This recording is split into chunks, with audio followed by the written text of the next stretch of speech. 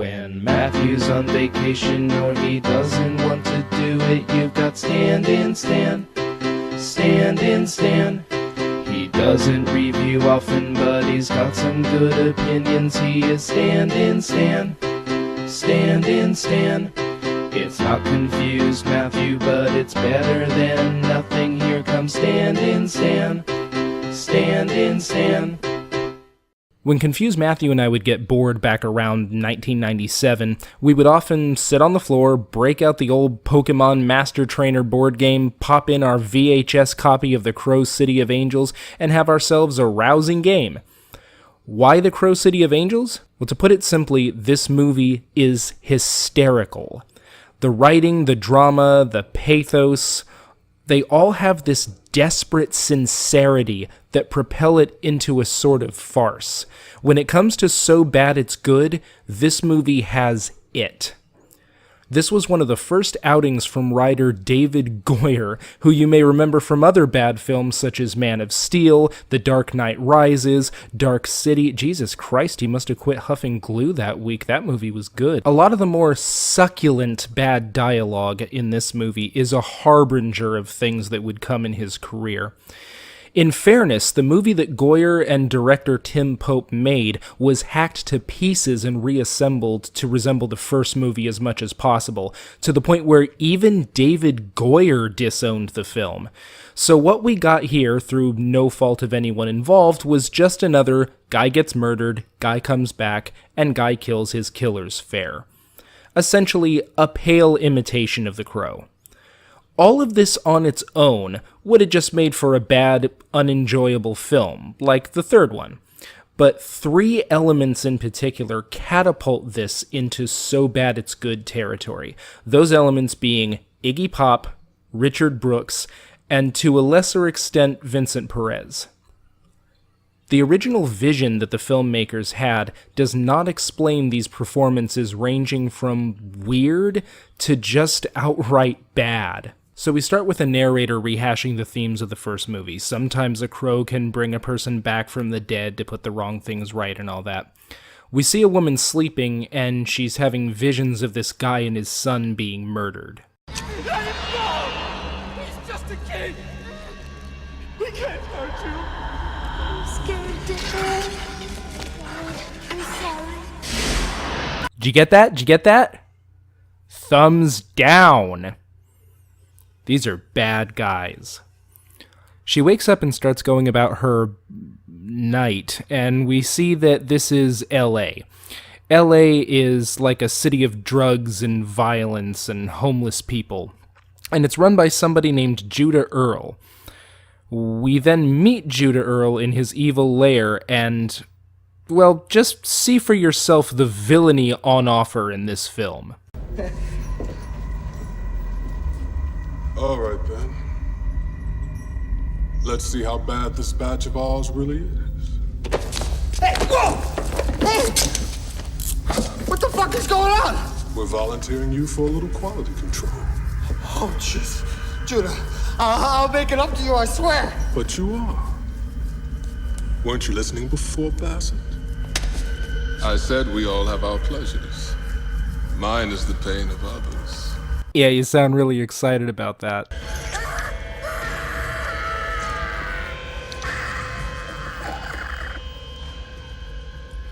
Guess you were right, Bassett. That was a bad batch.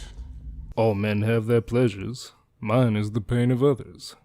I'm just beside myself at how pleasurable that was. I'm really getting off on all this pain. I'll probably go lay down and take a nap.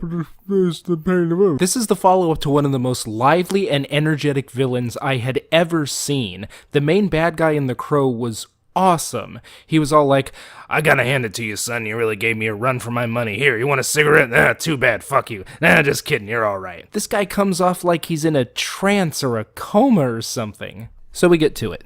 The lady from the beginning is like led by a crow or something to where this guy is, and she gets there just in time for him to rise from his watery grave. He climbs up and she takes him back to her apartment. We then cut back to Judah Xanax here doing some weird thing with a beetle or something. Look at them down there, swarming through the streets like insects. It's the same each year, isn't it? Lighting their little candles, whispering their wasted prayers. This time is different, Judah. This time, someone is coming for you. Oh, he is? I'm very alarmed about that. Like, better go lay down and sleep it off. You know, I actually feel sorry for Richard Brooks in this movie. He wasn't given anything to work with. He was supposed to be a drug kingpin, but also a weird occultist or something. Two things that usually don't go together. And so he was stuck in this limbo where he can't really act thuggish, but he can't really act too weird either.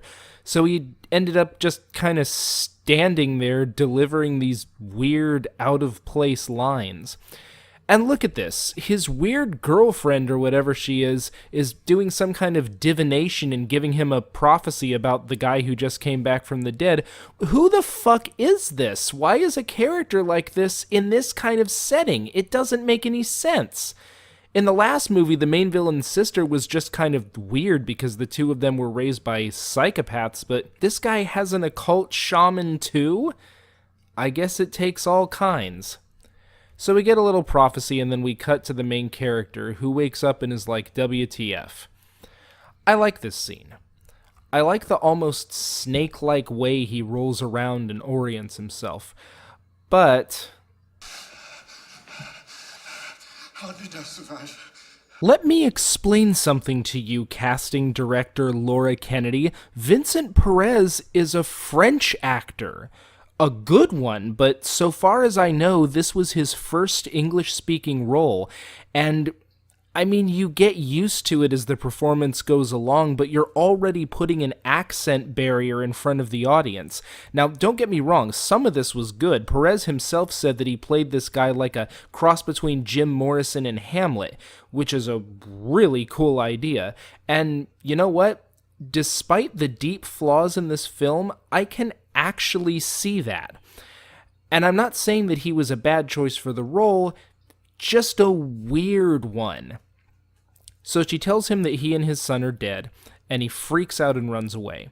She runs after him, and eventually he calms down enough to tell her his name, Ash. She convinces him that he is in fact dead and come back to life. It's here that we find out that this lady is Sarah, the little Bart Simpson girl from the first one.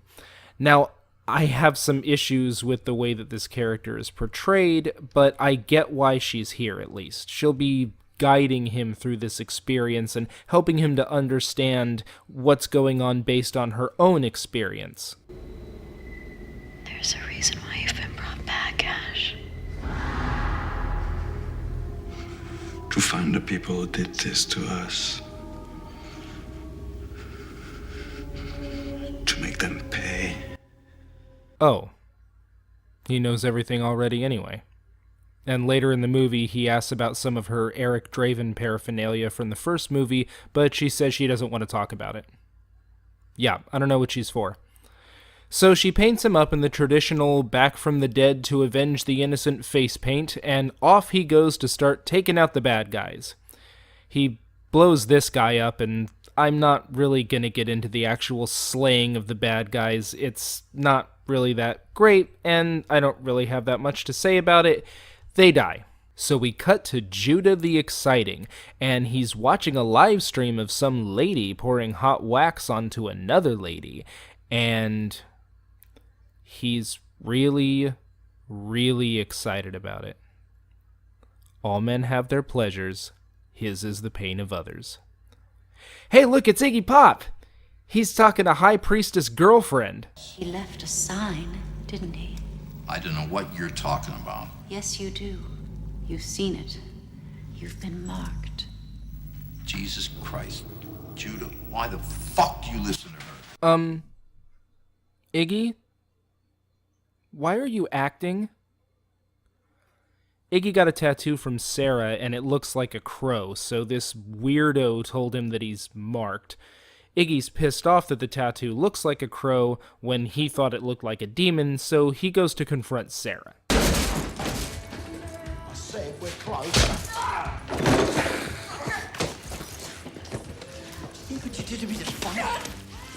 Okay, here's where I start to get a little bit nitpicky about Sarah. You see, when somebody fucked with little Sarah, it was like, I'll mortalize ya, I'll bite your ankles, I'll fight you in the street, I'll fight you with one hand tied behind my back, put 'em up, put 'em up. This Sarah really serves as little more than a hostage at the end. And yeah, little Sarah was a hostage too, but when she was a hostage, she was like, Eric, get your ass in gear, you jackalope. This Sarah, yeah, she pushes Iggy Pop a little bit, but she's like, get off me, you brute. I believe that when Iggy punched this guy who can't stand up for himself, little Sarah would have had something handy like a shotgun or a chainsaw.